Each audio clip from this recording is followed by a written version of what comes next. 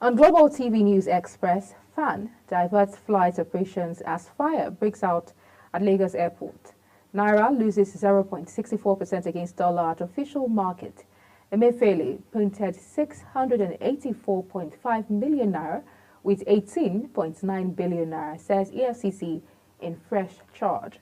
On foreign scene, UK varsity offers Nigerians 44 million naira scholarship. And in sports, Nigeria wins ICC awards. Hello and welcome to all our viewers in Nigeria and around the world to News Express on Global Television. We're live in the nation's capital, Abuja. I am Queen Agaba. The chairman of the Economic and Financial Crimes Commission, Ola Olukoyede, handed over 14 recovered assets to Governor Peter Mbah of Enugu State. During the handing over ceremony held at the EFCC headquarters, Jabi, Abuja, Olukoyede revealed that the assets recovered by the commission was forfeited to the federal government. He added that the EFCC began an investigation into the development since 2007 and had achieved the conviction of persons in relation to the matter. The Economic and Financial Crimes Commission may prosecute 300 forex racketeers trading on a peer-to-peer platform outside the financial regulations. The EFCC chairman, Ola Olukoyede, who gave this indication during an interactive program with editors and bureau chiefs in Abuja, revealed that the accounts were frozen following a court order. He disclosed that one of the accounts traded over $15 billion in the past year. Recently, the federal government, through the Nigerian Communications Commission, blocked the online platforms of Binance and other crypto firms to avert what it considered continuous manipulation of the forex market and illicit movement of funds. It also detained two senior executives of Binance, a cryptocurrency exchange, amidst efforts by the government to rein in speculations on the naira by cracking down on cryptocurrency exchanges. Similarly, the Economic Financial Crimes Commission filed a fresh charge at the High Court of the Federal Capital Territory against the embattled former governor of the Central Bank of Nigeria, Godwin Emefiele. EFCC in the charge accused Emefiele of approving the printing of 684,590,000 at the rate of 18.96 billion naira. EFCC alleged that Emefiele broke the law with intent to harm the public during his implementation of the Naira swap policy of the administration of former President Muhammadu Buhari. The anti-graft agency also accused Emefiele of unlawfully approving the withdrawal of 124.8 billion naira from the Consolidated Revenue Fund of the Federation.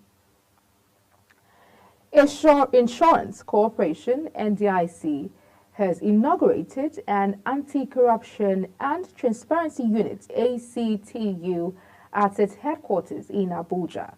Speaking at the inauguration, which was conducted by officials of the Independent Corrupt Practices and Other Related Offences Commission, ICPC, Managing Director, Chief Executive, NDIC, Bello Hassan, said the corporation has a culture of zero tolerance for corruption, which is further strengthened by its core values of teamwork, respect and fairness, integrity, professionalism, and passion. He explained that the specific measures include robust internal controls, regular risk assessments, and strict adherence to regulatory guidelines and comprehensive training programs for employees. The Nigerian Port Consultative Council, NPCC, has expressed support for the single window projects, calling for the quick implementation in order to improve ease of doing business in the nation. In a statement by the chairman of the council, Bolaji Sumola, said that the project, when fully implemented, will not only increase the ease of doing business in Nigerian ports, it will further assist the facilitation of trade in ports and border ports. Sumola stated that the council is ready to assist the implementation project by way of monitoring its progress and give necessary advisory support. The Federal Airport Authority has said it has diverted all flight operations from the Murtala Mohammed Airport's Terminal 1 to the D wing of the airport over a fire incident. FAN also added that the engineers at the airport have disconnected power from the entire E wing of the airport to quench the ravaging fire which started around 5:29 a.m. on Thursday. According to a statement signed by the Director of Public Affairs and Consumer Protection, Obiageli Liora, smoke, which eventually turned into fire, had erupted from the E54 bridge. FAN, together with airport rescue and firefighting service team, were set to restore calm in the area after some airport staff and travelers took to their heels. No fewer than 119 inmates of the medium security custodial center Suleja, Niger State, have escaped following hours of heavy downpour which destroyed parts of the facility on Wednesday night. Spokesman of the Federal Capital Territory FCT Command of the Nigerian Correctional Service NCOs, Adamu Duza, disclosed this in a statement. According to him, the service was immediately activated its recapturing mechanisms and, in conjunction with sister security agencies, has so far recaptured 10 fleeing inmates and taken them into custody, while still in a hot chase to recapture the rest. The Nigerian Civil Aviation Authority has suspended the air operator's certificate of Dana Air. This came barely 24 hours after Dana airplane coming from Abuja landed at the Lagos Airport runway and veered off into a nearby field. Dana airplane, with registration number 5NBKI, had 83 passengers on board. However, all the passengers and crew members disembarked unhurt. NCAA, in a letter signed by the acting director NCAA Chris Najomo, said the AOC of the airline had been suspended. While awaiting the investigation reports from the Nigerian Safety Investigation Bureau, NCAA said it had initiated an in-house compliance assessment of the occurrence, taking into account Dana's track records in related occurrences.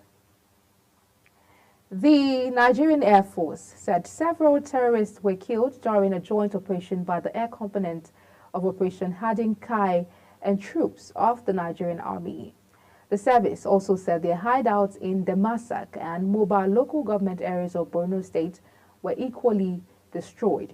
A statement by its Director of Public Relations and Information, Air Vice Marshal Edward Gabquet, noted that the terrorists had attempted to attack troops of Sector 4 of the MNJTF at Lada, a border town between the Niger Republic and Nigeria, and subsequently fled across the border into Nigeria. He added that the fleeing terrorists, who were on 8 motorcycles, were later tracked to 2 locations in Zari village, about 28 kilometers east of Damasak, and Mala Alide in the mobile areas of Borno State. The Federal Ministry of Education has convened an urgent meeting in response to an alarming online video circulating regarding alleged bullying incidents at Lead British International School. The Minister of State for Education, Dr. Yusuf Tanko, emphasized the government's steadfast stance against any form of harassment or intimidation within educational institutions. Fawzia Lukman has details. During the meeting, the Minister of State for Education expressed deep concern over the circulated video and took decisive action by appointing a 7-member committee to thoroughly investigate the circumstances surrounding the documented incident. The committee's mandate is to investigate the events as depicted in the videos and come up with expanded investigations to other schools using Lead British International School as a case study to address broader social vices. Assuring the Nigerian populace of the government's commitment to ensuring safety and protecting the right of all students. He further reiterated the seriousness of the Federal Ministry of Education in addressing and eradicating vices within the education sector. If the need arises, we also expand the investigation to many other schools that have been such happening. We cannot just allow it. We use this as a case study in trying to ensure that rights and privileges of students are protected. On the issue of the closure of the school for the next 3 days, that will be addressed as inter-ministerial discussion, and the ministry will result into a meeting to address that. It's an inter-ministerial issue, and we will also discuss and respond to it appropriately. The Permanent Secretary Education, Didi Wilson Jack, inquired about the existence of an anonymous suggestion box at the school where students can lodge their complaints discreetly, while recommending fostering relationship between teachers and students so as to enable students to feel comfortable reporting directly to them. We'd like to have a very frank discussion with him because it may actually help us in our further deliberations concerning safety of children in school.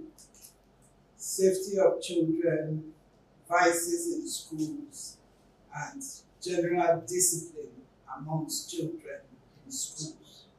So we hope that you will open up, share with us, first of all, the issues that led to that particular incident and any other issues you would like to share with us that would help us to ensure that the menace of bullying in schools is actually addressed.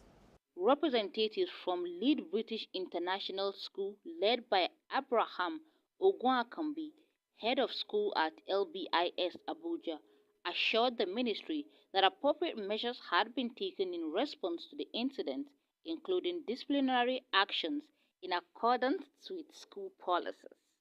Yes, and I would like to first start on behalf of the school to apologize for the fact that you said you waited for us at 2 o'clock and we were not here. And I want to first of all talk about what led to that. Actually, that letter got to me at about 10 minutes to 12, and we were to be here for 12. But as at that time, there were parents who were briefed in the school compound. We invited the parents of all the children that were involved, and we interviewed them one after the other. The Federal Ministry of Education assures that it remains steadfast in its dedication to fostering safe and conducive learning environments for all students across the nation. Fauziya Lukman, Global TV News. Nigeria and 15 other countries have been boosted with $36.5 million in new funding to eliminate trachoma in their countries. Country Director for Site Savers, Dr. Joy Shuaibu, an international development organization, made this known in a statement in Abuja. Trachoma is a neglected tropical disease which begins as a bacterial infection that affects the eye and causes vision loss and permanent blindness. Shuaibu said the funding was under its Accelerate program aimed at eliminating the disease by 2027. You're watching News Express, coming to you live from the nation's capital, Abuja. We're on Star Times, channel 276. Kindly follow us on our social media platforms using @Global TV NG and other handles now showing. When News Express returns, FAN diverts flight operations as fire breaks out at Lagos Airport. This and other stories coming right after this break. Do stay with us.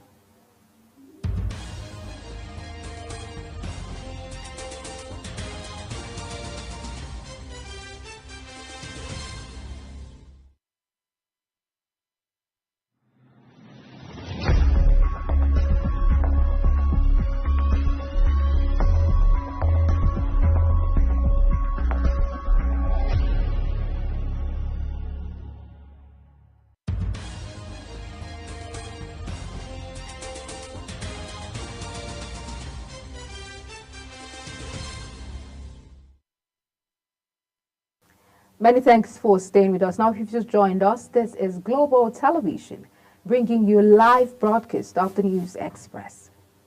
U.S. President Joe Biden says his country will start sending fresh weapons and equipment to Ukraine within days.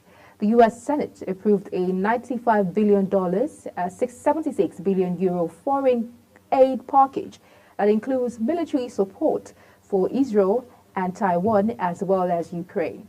Biden vowed to sign it off as soon as it reaches his desk on Wednesday so that aid can be sent this week. Ukraine has recently stepped up its calls for Western assistance as Russia makes steady gains in its invasion. Included in the package is $61 billion in military aid for Ukraine. It passed the Senate in a bipartisan vote of 79 to 18. In business, the Federal Ministry of Finance has recovered over 57 billion naira from the 5.2 trillion naira debt owed by ministries, departments and agencies of the federal government to the federal government. The Director, Special Projects, Federal Ministry of Finance, Aisha Omar, disclosed this in Enugu during a one-day workshop on the federal government debt recovery drive through the Project Lighthouse program for the Southeast Zone. Declaring the event open, Omar, represented by the Deputy Director of Special Projects in the ministry, Bridget Moloku, revealed that the debt came to the spotlight from data aggregated from over 5,000 debtors across more than 93 MDAs. The naira further depreciated at the official market, trading at 1,308.52 naira to the dollar. Data from the official trading platform of the FMDQ exchange, a platform that oversees the Nigerian Autonomous Foreign Exchange Market, NAFEM, revealed that the naira lost 8.37 naira. This represents a 0.64% loss when compared to the previous trading date on April 23rd, when it exchanged at 1,300.15 naira to a dollar. The federal government recorded a 52.9% year-on-year increase in deficit spending to 12.86 trillion naira in 2023 from 8.41 trillion naira in 2022. The rise in deficit spending was driven by a 40.6% rise in expenditure, which moderated the impact of a 20% increase in revenue during the period under review. Following the same trend, expenditure rose to 18.83 trillion naira in 2023, representing 20.5% year-on-year increase from 13.39 trillion naira recorded in 2022. The federal government recorded the highest deficit spending of 1.68 trillion naira in March 2023. In furtherance of efforts to sanitize the mining sector, the federal government has revoked 924 dormant licenses spanning exploration, mining, small-scale mining, and quarrying licenses. Making the announcement at a press conference, the Minister of Solid Minerals Development, Dele Alake, declared that in line with constitutional provisions, adequate notice was given to all concerned parties through the official Gazette of the Federal Republic of Nigeria number 227, which was published on December 27, 2023. Sharon Ajay has details. In view of the foregoing, Alake affirmed the revocation of 928 dormant licenses, which include 528 exploration licenses, 20 mining licenses, 101 quarry licenses, and 273 small-scale mining licenses. According to the minister, the notice gave all concerned parties 30 days to regularize their status, including clarification on what caused the license to be dormant. A total of 963 licenses were published and notified of the threat of revocation. No fewer than 39 either moved to site immediately or convinced the authorities of the challenges hindering their operation. It has become imperative to revoke all dormant licenses.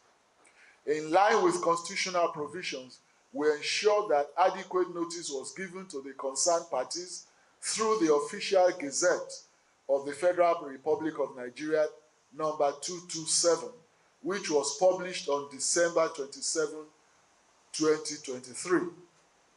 This notice gave all concerned parties 30 days to regularize their status, including clarifications on what caused the license to be dormant. Although a total of 963 licenses were published and notified of a threat of revocation, no fewer than 39 either moved to site immediately or convinced the authorities of the challenges which hindered their operations. In view of the above, which shows our adherence with due process and fair consideration, and in line with the standard policy of use it or lose it, I hereby revoke the 924 dormant licenses with immediate effect. Speaking further, the minister stated that the action followed due process and fair consideration, whilst it underscores the commitment of the federal government to implement the standard policy of use it or lose it as enshrined in mining guidelines. According to Dr. Alake, investors across the globe are now free to apply for any of the affected cadastral units on the basis of first come, first serve. There are so many negative consequences. First, serious businessmen ready to move to site are barred from making use of such sites because the concept of first come, first serve means that the place has been acquired. The country thus loses a lot of foreign direct investment on account of this sabotage. Second, by creating a secondary black market to pawn mineral licenses, the unsuspecting and unwary investor is misled into believing that he can only obtain license by patronizing the black market. This gives our country a bad image abroad and discourages investment. Thirdly, from feedback, the amount at which these licenses are sold are so huge compared to their costs from government, such that the funds which they could have used to initiate serious exploration or mining are spent on speculators. He noted that the revocation is not meant to be punitive. The minister announced an opportunity for affected licenses to make restitution, imposing fines for different categories of revoked licenses, stressing that this also applies to the 1,633 titles revoked last year for default in payment of annual service fees. The minister further warns that henceforth the federal government will not tolerate the nefarious activities of licensed racketeering or those that obtain licenses for speculation in order to offer them to the highest bidder. Sharana J. reporting for Global TV News. And that's it on News Express, and it came to you live from Nigeria's capital, Abuja. We're on Star Times, channel 276. Kindly follow us on our social media platforms using @Global TV NG and other handles now showing on your screen. I'm Queen Agaba. Thank you for watching and see you again.